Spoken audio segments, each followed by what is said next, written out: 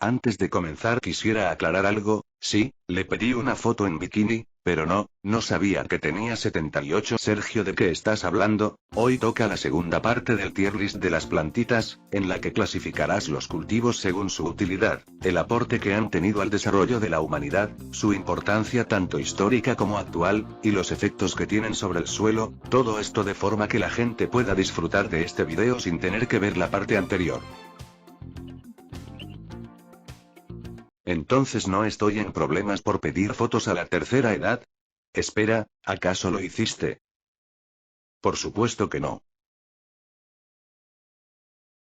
Ni lo volvería a hacer. Probablemente el trigo es el cereal y el cultivo más famoso e importante de Occidente, y como no, desde que se domesticó allá por el año 9000 a.C.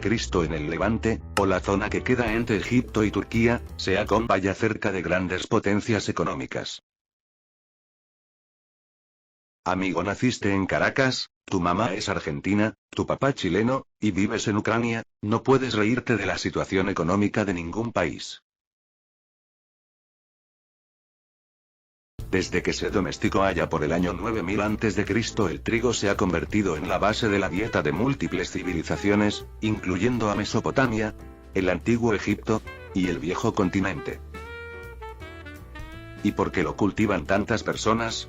Pues porque es bastante sexy, mira esas ramas, digo porque es un excelente cultivo, es fácil de plantar, no requiere de mucha preparación ni mano de obra, es apto para muchísimos climas, y es muy rendidor, tan solo se necesitan 1,44 metros cuadrados para producir 1000 kilocalorías, lo cual es ridículamente bueno a comparación con los 2,16 de los guisantes, los 4,21 de los tomates, los 22 del queso, los 120 de la carne de vacuno, y está solo un poco por debajo del 0,7 del arroz, el rey de los cultivos.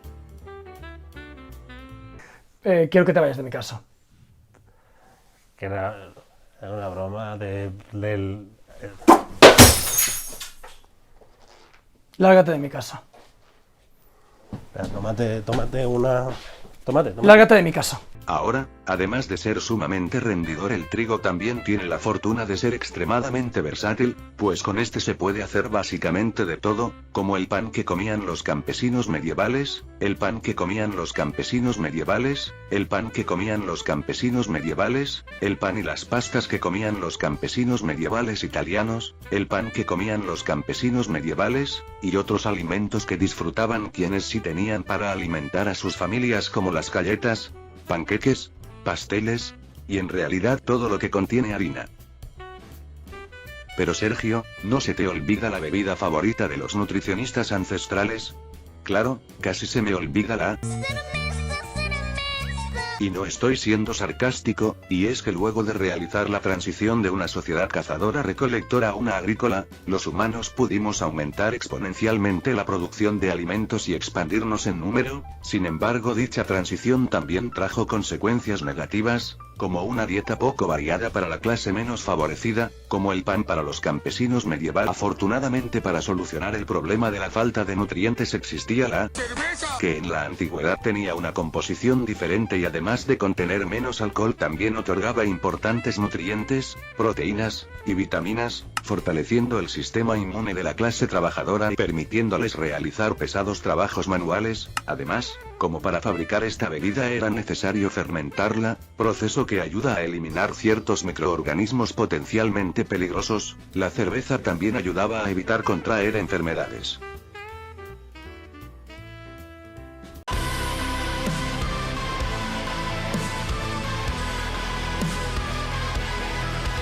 Por todo esto, más que ser una bebida para pasar el rato con los amigos, la cerveza era una parte fundamental en la dieta de la mayoría de los habitantes del medievo, se tomaba prácticamente a diario, y en general su consumo partía desde los 5 años. Acabo de darme cuenta de que mi tío Humberto no era un borracho, solo estaba preocupado por su salud. En general, el trigo es un cultivo extremadamente versátil y eficiente, no cuenta con muchas desventajas, y ha jugado un rol importantísimo en la historia, o por lo menos lo suficientemente importante como darle lugar en el tier S, de la sensación cuando tu audiencia no descubre tu gusto por las ancianas.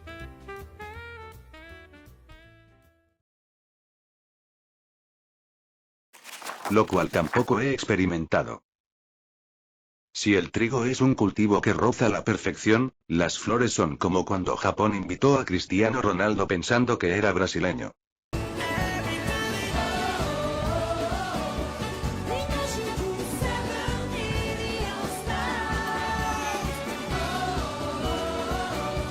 No le sirven a prácticamente ninguna industria, no son baratas, se mueren a los pocos días de haberlas comprado, el único uso que se les puede dar es como decoración, o para eventos especiales como bodas o citas, maldita gente que puede salir a hablar con mujeres, y por encima de todo son feas. A mí me gustan, pues que homosexual bueno en realidad no son del todo inútiles, les sirven por ejemplo a los agricultores que están obligados a trabajar en tierras con altas concentraciones de sal, y con suelos tan malos que no permiten el florecimiento de otros cultivos, tal como sucede en las tierras recuperadas del mar en los Países Bajos. Algunas también son utilizadas por la medicina tradicional, una actividad poco efectiva pero crucial antes de la revolución científica, y actualmente cierto tipo de flores son empleadas en la elaboración de perfumes, cosméticos, y colorantes, por lo que podría considerar poner a algunas flores como el azafrán o la manzanilla un poco más alto, pero como conjunto no podría poner a las flores en otro puesto que no fuera la F, de flor, feo, fracasado, y del Chelsea.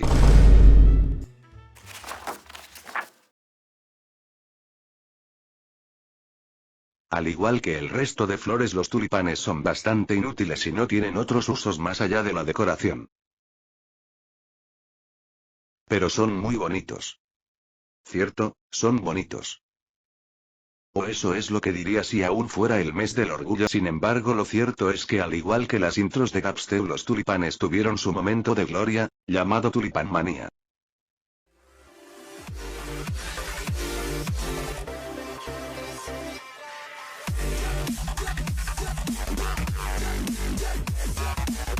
En el siglo XVII Holanda era el país más rico y desarrollado del mundo, de hecho eran tan avanzados que ya habían podido desarrollar complejos conceptos como el libre mercado, las acciones, la bolsa bursátil, y el consumo de marihuana. Pero por desgracia, al ser los primeros también significaba que no conocían los riesgos que conllevaban estas actividades, que no podían aprender de los errores de otros, y que no tenían experiencia lidiando con los desastres, y es aquí donde hace aparición el protagonista de esta sección. El tulipán, una flor que desde su llegada al norte del viejo continente en el siglo XVI logró cautivar la atención de los lugareños, tanto de hecho que rápidamente se les comenzó a considerar como un símbolo de estatus, tal como sucede hoy en día con las carteras Gucci, los relojes Rolex, o un departamento de más de medio centímetro cuadrado en el centro de la ciudad.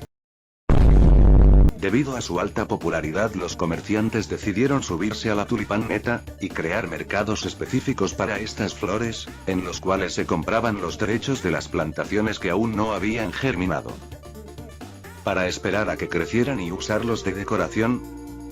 No, para revenderlas por mucho más dinero una vez su valor subiera, y con ese dinero volver a comprar los derechos de otras plantaciones. A la subida incontrolada del precio de un producto más allá de su valor real se le conoce actualmente como una burbuja especulativa, y antes de que culpen a los holandeses por pagar sumas similares a lo que costaría una casa de lujo en el centro de Ámsterdam por unos cuantos tulipanes, tengan en cuenta que esta era la primera vez que se producía una burbuja en toda la historia, o por lo menos la primera vez con las características modernas de la palabra.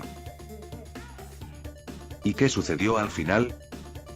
Pues que usaron la cabeza. Latinoamérica nunca va a ser un lugar próspero. Tanto Messi como Cristiano son buenos jugadores, deberíamos bombardear Ecuador, y se dieron cuenta de que los tulipanes eran bonitos pero que no servían para nada, lo cual causó el colapso del mercado de las flores y una pequeña crisis en el país de, irónicamente, los tulipanes, dándole una valiosa lección a la humanidad que serviría para no volver a cometer el mismo error. En definitiva, por su pequeño momento de gloria considero justo darle a los tulipanes el crédito que se merecen, y ponerlos un puesto por encima del resto de las flores en el tier E, de nacer en Latinoamérica.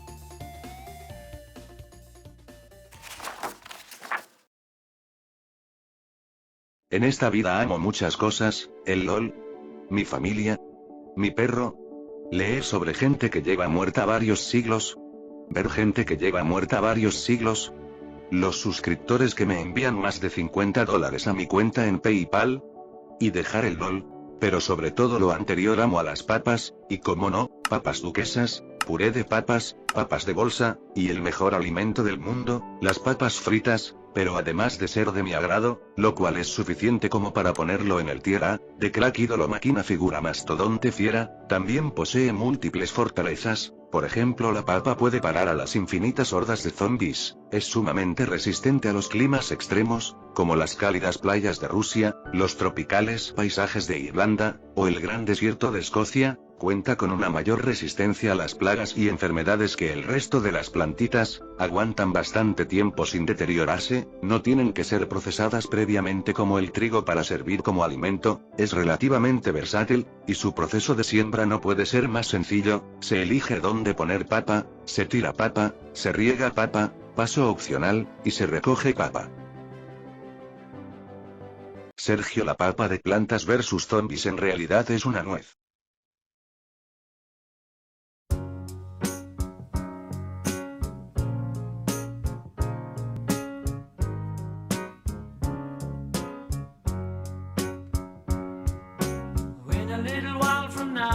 Pero la que sin dudas es su mejor característica es que su rendimiento como alimento es bestial, claro, con 1,2 metros cuadrados no logra superar al arroz en cuanto al terreno necesario para producir 1000 kilocalorías, pero sí logra superar al 99% de las otras plantas, incluyendo al trigo que es famoso por su buen rendimiento, y 2, crece en suelos tan inútiles como el sol, digo, porque carajos sale en el día cuando hay luz, pero se esconde en la noche cuando se le necesita, nunca lo he entendido. Ahora hablando en serio, la papa tiene la increíble ventaja de que puede crecer en prácticamente todos los suelos. ¿Y eso es importante? Sí, y es que como se podrán imaginar, los campesinos más pobres son quienes poseían las tierras de menor calidad, y que estaban más expuestas a las sequías, plagas, y otro tipo de fenómenos que interrumpían el proceso de cosecha y causaban hambrunas.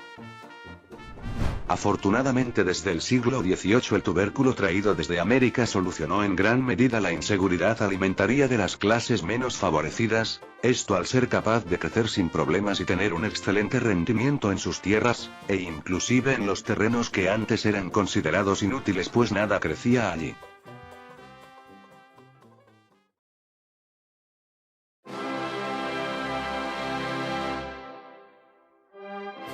Así que por ser el cultivo anti-hambrunas por excelencia, ser extremadamente versátil, fácil de cultivar, resistente, adaptado a las tierras de pésima calidad que trabajaban los estratos más bajos de la sociedad, y ser el ingrediente principal de las papas fritas, no me queda otra cosa que agradecerle a la papa sus servicios y darle un puesto en el tier S. De hecho le habría dado el primer puesto si hubiese escapado antes de Latinoamérica y tuviera una historia un poco más extensa, lo cual por cierto habría salvado millones de vidas.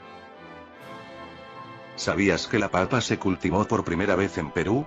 Pues nunca pensé en decir esto, pero gracias Perú.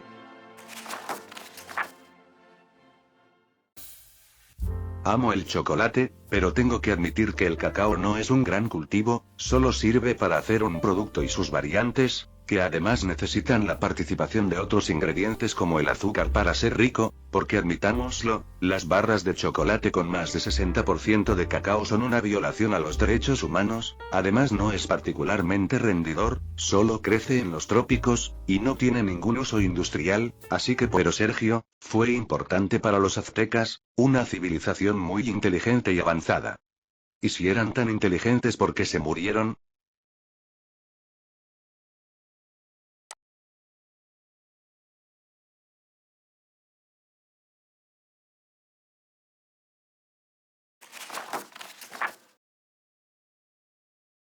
Si observamos la dieta de algunas personas alrededor del mundo, además de convertirnos en acosadores registrados, también conseguiremos una valiosa información. El maíz no es un cereal muy popular, o no por lo menos a comparación del arroz, o los productos derivados del trigo, e incluso en las mesas en las que sí es una parte fundamental de su dieta este no logra ser más que un simple acompañamiento. Sin embargo, la fortaleza del maíz no se encuentra en su función como alimento, o al menos no directamente, sino en su versatilidad. Y es que en las últimas décadas este cereal se ha consolidado como un ingrediente clave para producir palomitas de maíz, aceite, cereales, harina, y productos ganaderos, pues el 40% de las calorías ingeridas por animales de granja provienen precisamente del maíz, el cual también puede ser utilizado como endulzante, como un insumo en la industria química, e incluso como combustible al transformarse en etanol, un compuesto químico que compone el 10% de toda la gasolina producida en los Estados Unidos.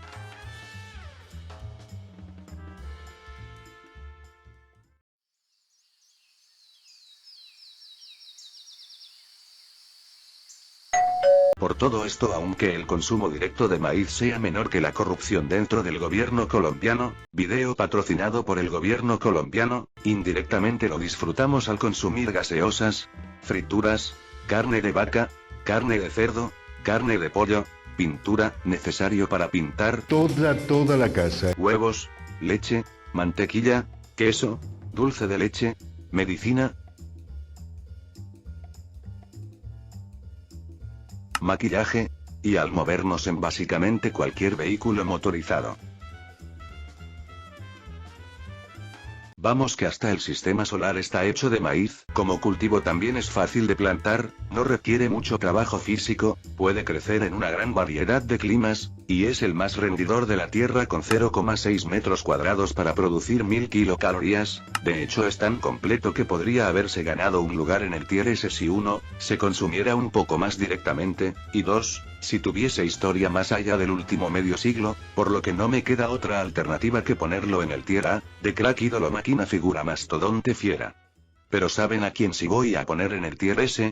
Exacto, a las personas que anotaron las valiosas lecciones que aprendieron hoy. Pero Sergio, aún te falta mencionar un montón de verduras, pues todas al Tier C, tengo que ir a jugar al LOL, tengo que seguir investigando para traer un nuevo video la próxima semana.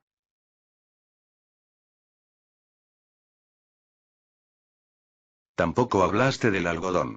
Pues ese al Tier F, sé que históricamente tuvo una importancia gigantesca al ser una materia prima clave en los inicios de la revolución industrial, y que al ser un cultivo intensivo en mano de obra llevó a la expansión de la esclavitud en diversas regiones como por ejemplo el sur de los Estados Unidos, en donde la existencia de dicha institución llevaría a una de las guerras civiles más importantes de la historia, y también sé que en la actualidad es imprescindible para prácticamente todos los humanos en la Tierra, porque todos excepto mi vecino Alberto de 92 años con demencia senil usan ropa, de hecho por todo lo anterior podría considerar ponerlo en el Tier S. ¿Y por qué lo pones junto a las flores?